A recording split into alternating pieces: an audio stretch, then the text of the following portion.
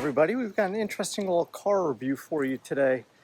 Let's say you went to bed tonight and you happen to wake up in the 1970s or maybe early 1980s. Terminator was the movie du jour, and you come out of the theater and you're wondering, where's my SUV? You don't see a parking lot filled with Honda Pilots and Toyota Highlanders. There's no Toyota Siennas or even Toyota 4Runners. You're saying, so where have all the SUVs gone? There's actually only one SUV you'd really find out in the parking lot at the time, and it would probably be this one, the Mercedes G-Wagon. And this has looked pretty much exactly the same since 1979 when it was first launched and joined the US market in 2002. So join us today where we're going to take a quick look at this 2016 Mercedes-Benz G550, or as it's affectionately known by many automotive fans, the G-Wagon. So let's dive into this 2016 Mercedes-Benz G550. The 2016 G550, it was powered by a 4-liter bi-turbo V8, twin turbo in everyone else's terms, that was borrowed from the AMG cars of the day. It's got about 416 horsepower, 450 pound-feet of torque, and if you believe most periodicals at the time, those are car magazines for many of you. It wasn't really YouTube back in the day. But if 0 to 60 times on this car, we're somewhere in the high 5-second range, so kind of 5.6 to 5.8. Top speed, you're not going to want to go the top speed in this car because, did I mention it doesn't have a rack and pinion type steering system? It's got the old-fashioned recirculating ball type steering, which makes it a little uneasy.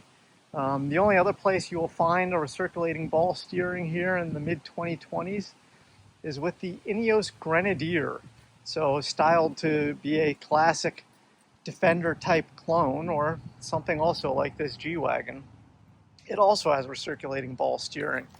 If you ever get a chance to drive one of these, you'll see why recirculating ball steering doesn't exist anymore.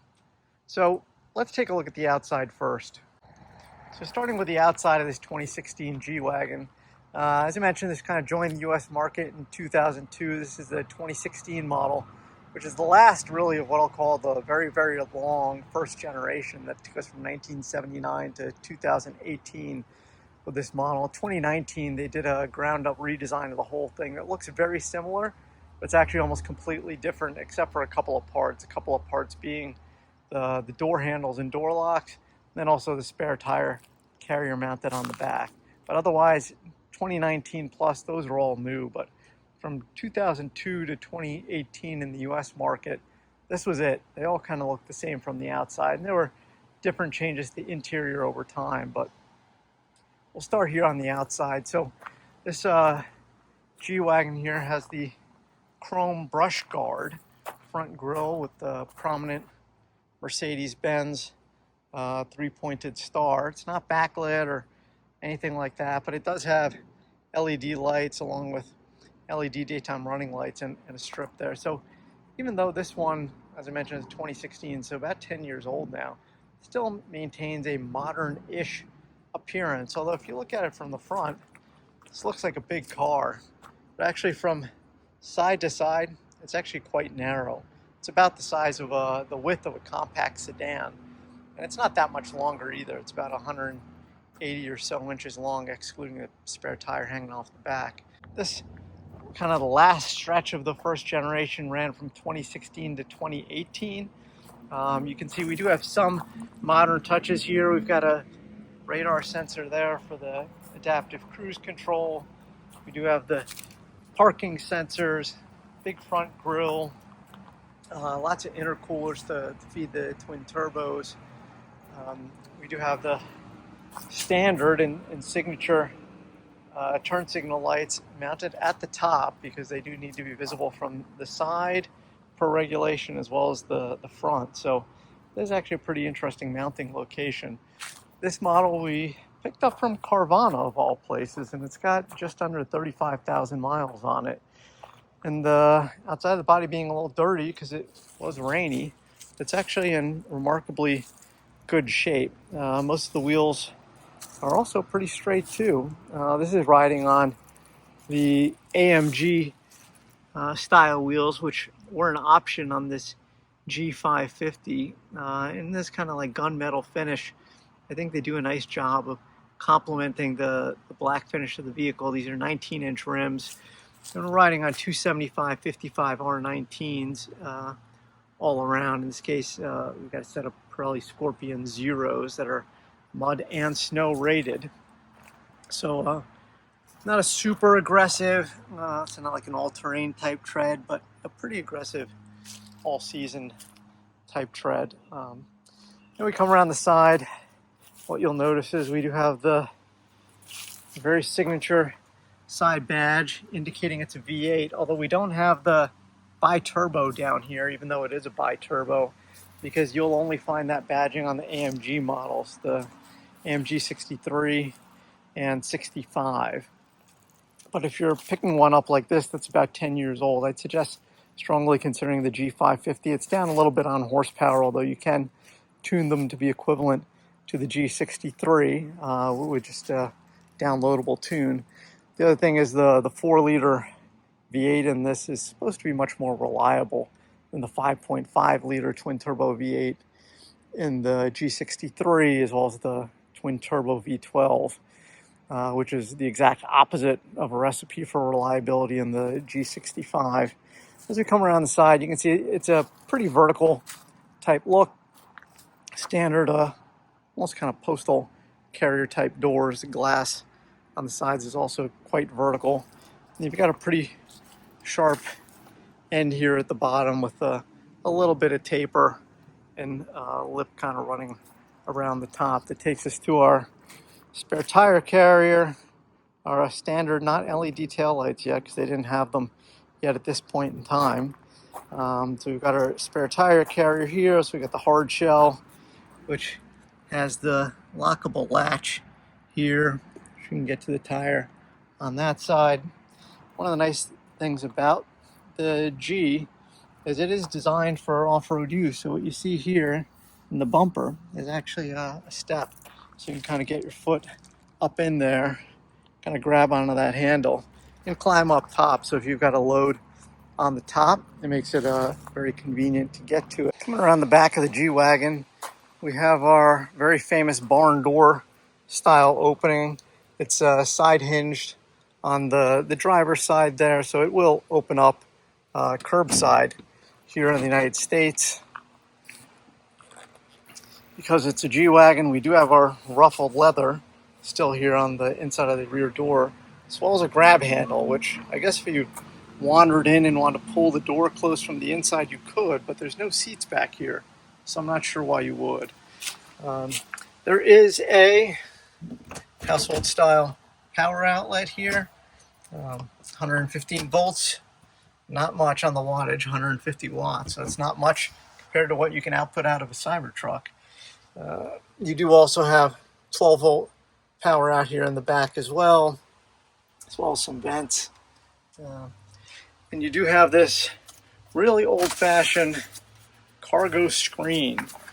This clips into hooks here on the sides. It does give you pretty decent coverage for your stuff, but it does cut the height of what you've got available substantially. So if you want to hide a few things that are lower, you can absolutely do that with this. It's really more like a window shade, but it does work pretty well. G-Wagon, as you might know, isn't a super wide vehicle, so you don't have a lot of width-wise storage. You're not going to be putting in 4x8 sheets of plywood or anything like that. And even when you fold the second row seats forward, they don't go completely flat. So you can see they're kind of hinged here, so you're still going to have quite a bit of a lip. I mean, they do tumble forwards as well, but still, you're going to have a lip there in the back. Yeah, you can tell has roots as a military vehicle, because you could almost see a version of this where you've got a seat here, jump seat here on the side, and another jump seat on this side where you could fit another couple of people sitting in the back, sitting sideways, because there certainly is enough room and height. You can actually hop in here and show you quickly, but if you actually had seats on top of these wheel wells, it's actually a pretty decent amount of space. You'd even have headroom, shoulder room, and pretty good sight lines out of these windows. I guess that's good if you were in the military and need to fire at somebody. But we live in New Jersey, so actually maybe you still need to do that at times. But pretty decent amount of space here. I wouldn't recommend putting passengers back here, but if you've got dogs or holiday shopping or other types of boxes, this is a pretty good space where you can store quite a few things. And you've got a ton of height here. It's at least 3.5 feet top to bottom. So I should also mention these side windows are so tall that even though the vehicle is not huge, you do get a lot of light inside this cabin, which makes it feel much bigger than it actually is. Oh, and remember when I was talking about those side steps? Yeah, you can use those to hop out as well. Pop a foot on there, grab onto this grab handle, and step right out. That's pretty easy. And the other side here looks very much the same. The other nice piece about these G-Wagons, in addition to the flared fenders, which I really do like, it gives it a couple extra inches of stance, is you do have the running boards. And these, one thing to look at if you're looking at a used one is these can get rusty over time. These are actually in pretty good shape. This actually looks almost like new, as you'd expect from a 35,000 mile vehicle. And we do have the power folding rear view mirrors, and these also have the turn signal indicators in them. So if you're looking at this kind of ilk, this generation of G-Wagons, I'd strongly suggest looking at the 2016 to 2018, which was the end of the run, if you will, before they completely redid the vehicles. So if you want a classic type G-Wagon, the 26 to 2018s will give you the most modern interior fitment and finishes, while maintaining all the classic G-Wagon charm and looks. So with that, why don't we go ahead and dive into the interior. So getting into the 2016 G550, here's our key. It's pretty simple. It's got the lock and unlock buttons and pretty much nothing else. And I'm not going to talk over the sound you're about to hear because it is one of those canons in automotive lore. Just listen. That door lock sound is exceptionally mechanical, and it actually has the old-fashioned kind of pull up and push down type locks. We've got the ruffled leather inside, stitched as you might expect. We've got a little door handle here, as well as a pretty decent sized door pocket. If I were Joe Rady, I'd say, you know, that's probably at least a 6 Twinkie type space, although it is a little tight and not expandable, so you want to make sure you don't squeeze out the cream. These are the controls for the driver's seat adjustments. It is a power seat. As you can see, you got 3 memory settings, lock and unlock, as well as all your window and mirror controls here at the top of the door card, which is an interesting spot for them. Certainly they're handy if you're driving, but if you're driving in the rain, just make sure you don't have your window open too much, otherwise you will get water on this sill, and in particular with this switch gear. So here's the driver's seat. We do have the Zinio leather interior package on this one. Got the nice contoured headrest in the front. One of the notable wear areas on these vehicles, due to the step-in height you can see here, is pretty significant, is this side of the driver's seat. This is really just one plastic piece. It's a couple $100, but it tends to crack. Sometimes you'll find ones with cracks here. This one has kind of busted entirely and probably needs to be replaced. It's a couple of clips here in the front, and then a bolt here for the seatbelt anchor. And this piece will come off, and you can then replace it with a new piece. This has been torn for a little while, because you can see it's kind of eaten into the seat, but it doesn't make much difference. These seats also tend to have the padding in here collapse over time. This one's also in decent shape, but yeah, it could probably be repadded. Let's hop in and take a look. You've got your standard light controls on the left, fog lights, vent controls. We do have the aluminum paddles. If you're running where your OBD2 port is, it's up in here in the back. We do have the Desenio carpeted floor mats and the Harman Kardon sound system, which I'll say in this case for a 10-year-old sound system is really quite nice. We also have the aluminum sill plate, which is backlit here with Mercedes-Benz. You can see that comes across, which is also a nice premium finish.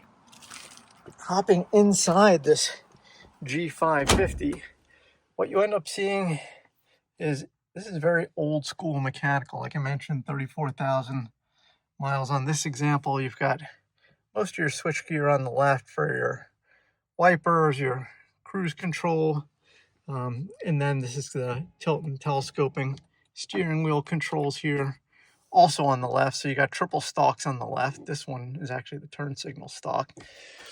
On the right hand side, you are stalkless. So why there's 3 on the left and none on the right's a bit of a question for me. That's the socket to insert your key to start this sucker up. Your gauge cluster is pretty standard, old-fashioned mechanical. You've got your speedo on the left, digital display on the right that you can configure a bit, and then the tach all the way on the far right there. It's indicating about a 6,200, 6,250 RPM red line.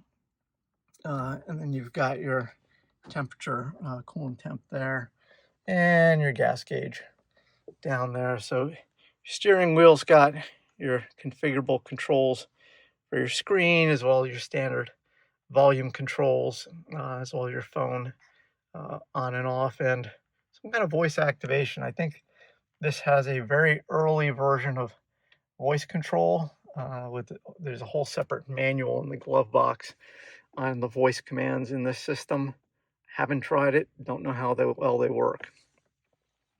Moving on, center console is pretty narrow. It's kind of like what you'd find in a 911. It's just not a very wide vehicle. You've got the leather wrapped center console here. It's reasonably well padded. Inside, you'll just find a little bit of space. You'll find the vehicle's only USB port, and that's a USB-A there, as well as this kind of Mercedes plug adapter, which gives us the very handy lightning cable input. So not quite sure what to do with that. I'm gonna have to find an old iPod or something to get that working. We've got a coin storage holder here, which looks like you could maybe put in a quarter, maybe 2 of them if you stack them up, but that's about it. And then this is your central controls for the old-fashioned Mercedes command system there. Kind of back, clear, and a couple of favorites. Not sure where they actually go.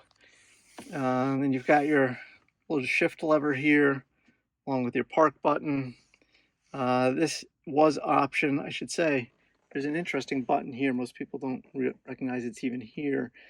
S, M, and E. So this is being able to change the shift profile, the sport mode, eco mode, and then manual shifting. There are paddle shifters here behind the wheel. There's one, and then there's one on the other side as well to downshift. Sorry for the bad camera work there. Got our parking brake. Also leather wrapped handle. Feels great. In leather wrapped cover here. Also this stuff, a lot of this stuff looks brand new, including the deviated stitching. Climate controls are nice to have in one place. You can really just spin to set your temperature and click auto, recirculate, rear defroster, so on and so forth. So it's nice to have all these in one panel. We've got heated and ventilated seats for both front passengers, traction control system hazards, turning on and off the automatic start-stop system, which has to be one of the worst things that was ever invented, turning on and off your parking sensors. This is your volume control knob, which is great to have here centrally. So if you don't want to use the one on the steering wheel, if your passenger wants to change the volume or skip forward track or back track or just turn the system on or off, you can do it here. Pretty simple vent controls. You've got old-fashioned controls. So if you don't want to use the command wheel here to shift modes, you can just go here and switch to radio navigation, phone, or so on and so forth, or just mute the whole thing. You've also got the keypad there. If you somehow found that convenient to make phone calls, I'm not sure who would do that in the mid-2020s or the late 2020s, or frankly, even in 2016 when this vehicle came out. I don't think I've ever seen somebody say, let me sync up my phone with Bluetooth. By the way, you can do. It does have Bluetooth for phone calls as well as Bluetooth streaming music, which is quite handy. So I've been playing Spotify through my Bluetooth streaming connection to this old-fashioned head unit, and it works pretty well. It doesn't work perfectly, but it works quite well. But the number keypad, don't know much about it. Other thing I should mention about these seats is they have pneumatic controls, or kind of air controls, for the bolsters here on the side, as well as the lumbar support, kind of upper and lower, as well as the seating area here. And so you've got these kind of 4 sets of air bladders that you can inflate and deflate as you choose to. There's an air pump that goes with each of the seats. You've got your old-fashioned, if you know what that is, you've seen quite a few other G reviews. That's not a basketball hoop, that's a cup holder, or really a bottle holder. There's also an extra net down here. Not really sure what you'd put there, but you do have the net in your glove box. Hard plastic, and I guess you could put a bottle or something there and there, but it'd have to be a pretty short water bottle, but it wouldn't stay in place if you were driving because these lips are maybe 1/4 of an inch. You've got the manuals and a light. I'm not sure the light's actually working, but... And like other G-Wagons, once we shift into low range mode, sorry for the glare, you do have to be in neutral to do that. And you can activate your differential locks. We've got one for the center, and that shows it's been requested. When it's actually enabled, you'll see the light turn on here. Number 2 is for the rear, and then number 3 is for the front. So if you do need to do that. Rest of the dash here, you've got your grab handle, and all of this is nicely covered in leather. No deviated stitching for the leather on the dash, but you do have the deviated stitching on the seats, as I mentioned, as well as the center console. So let's fire this guy up.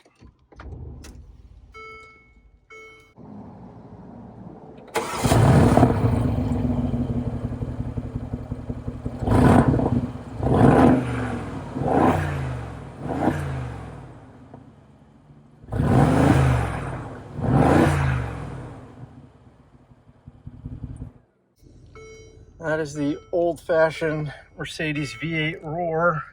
And like many old navigation systems, it's going to say, we are not on a mapped road. You can see actually we do have our blind spot warning indicators in the side mirrors. So even though this is an older and old-fashioned vehicle, it does have a whole bunch of modern safety features, which is nice. And you can see here it kind of idles quite smoothly. You've got our kind of gear indicator at the top. And this is our infotainment system. Pretty much keep it set as the clock because it's not much use in any other mode. I do have my phone connected via Bluetooth, so you can kind of see the indicator there. At one point in time, I guess you could connect this to the internet with probably a built-in SIM card. There's a whole world of Mercedes-Benz apps and internet radio and things like that, getting to the Mercedes mobile website. I should warn you, going to a URL. Let me do that in my Mercedes command system with no keyboard on a 5-inch screen. Nice thing is you can't do it because you can't get your internet favorites or anything else because Mercedes discontinued support for this system. So all these things connect to absolutely nothing. Isn't that really delightful? Your system menu really brings you your clock and settings.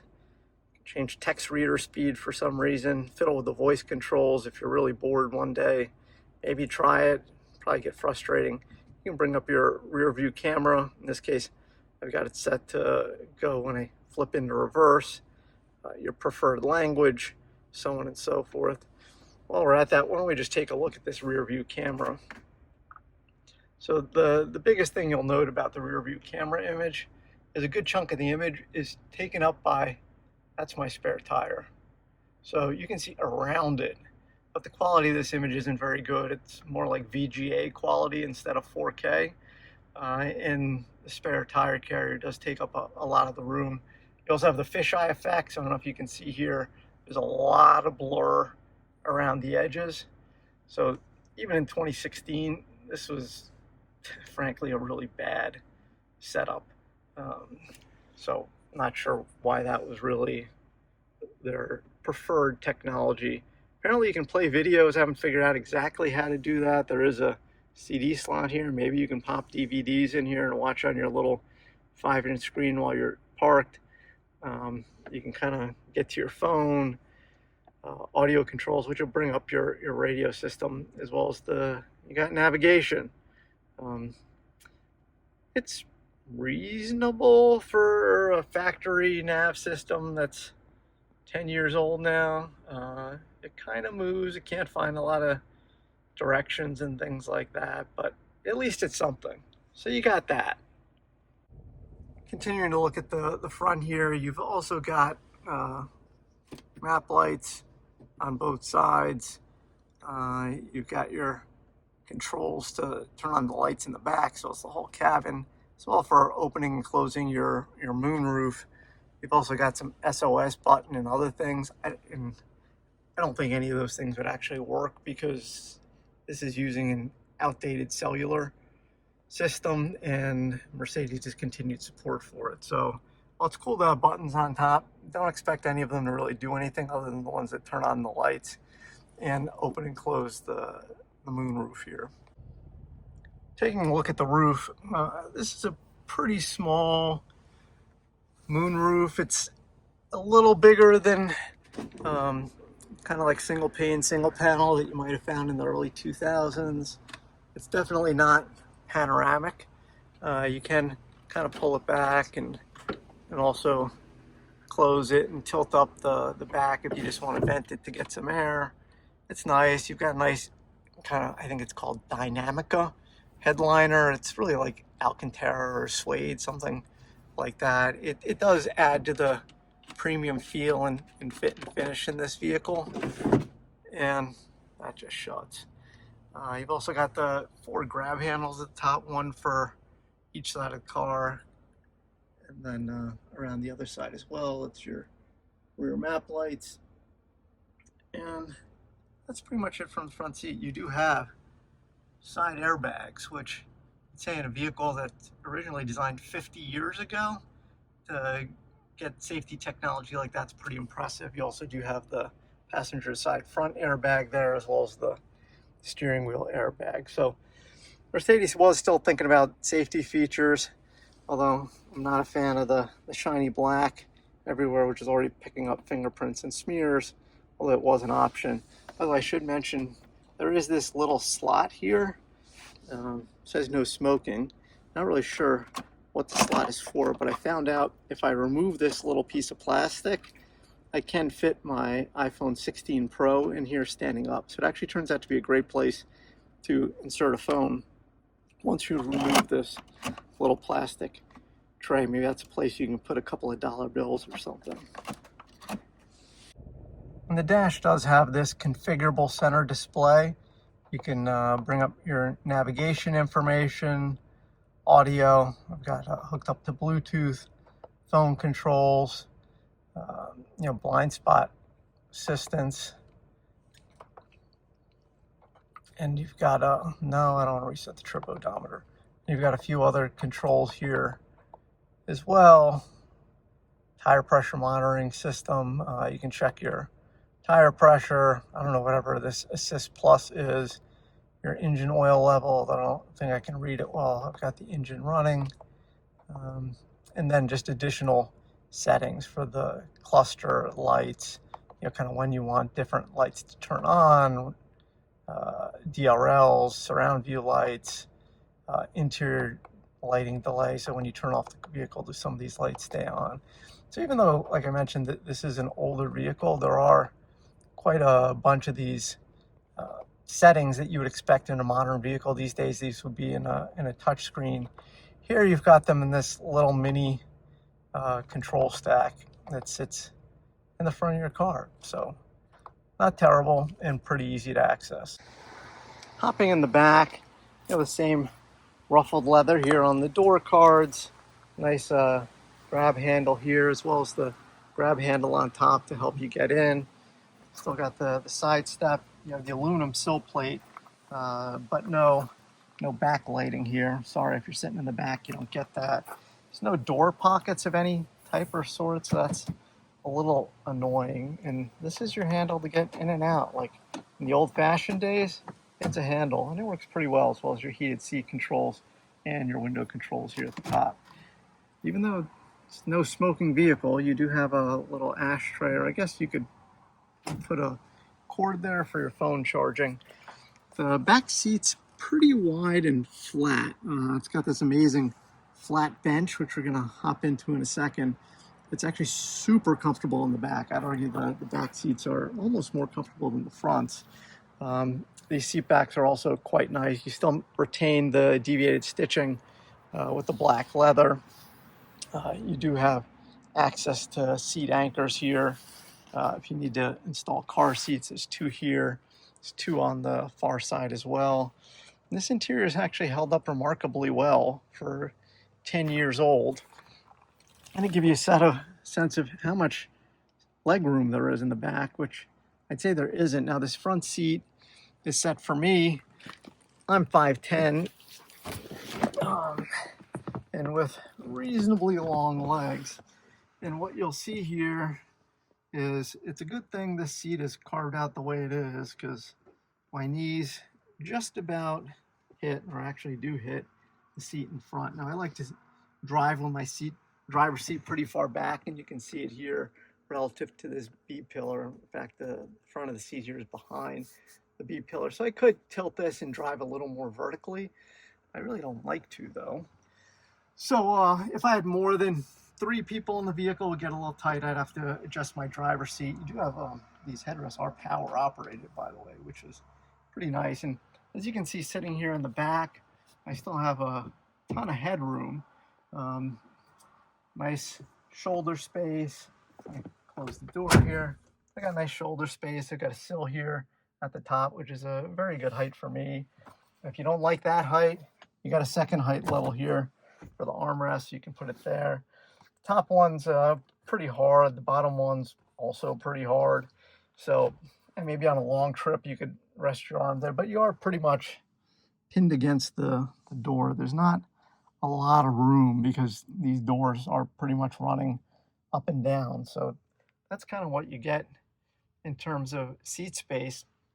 Flip side, though, is if you only have 2 passengers back here, you actually have a pretty decent amount of room. So, you know, if I'm sitting back here in my seat, yes, I'm a little closer than what I'd like to the door, but I do have this flat center bench area.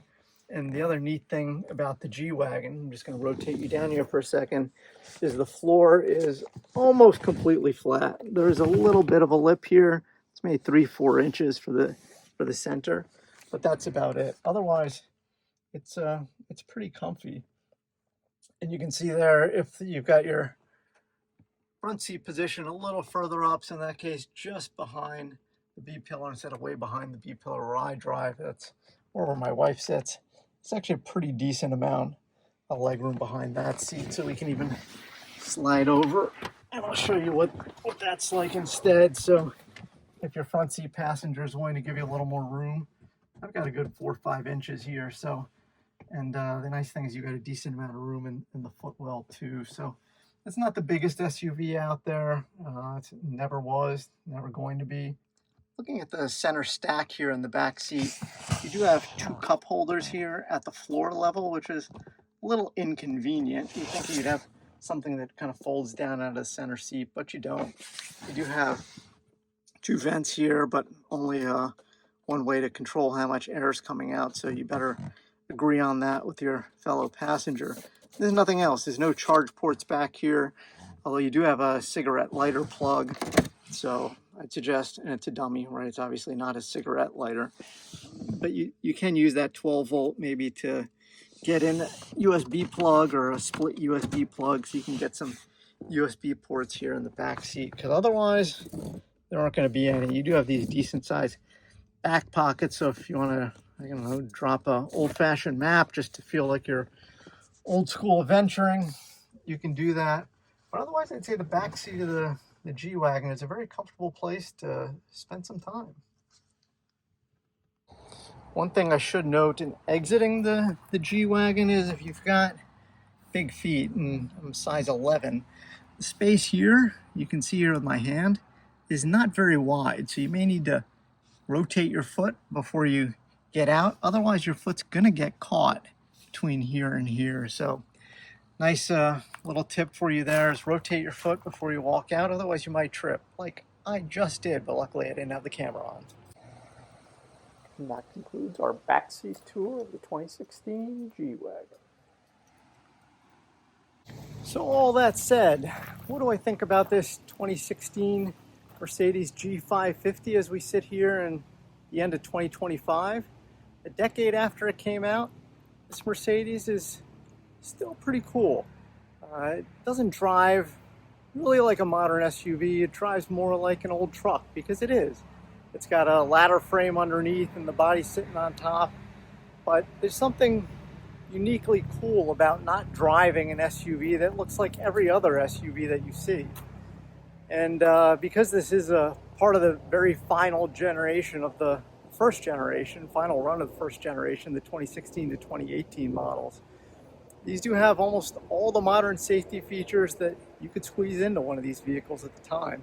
Although it does only have that one USB port. But if you can find one of these with low mileage, and you can normally find these with normally 75, 100, 150,000 miles, they can run way up there if you take care of them.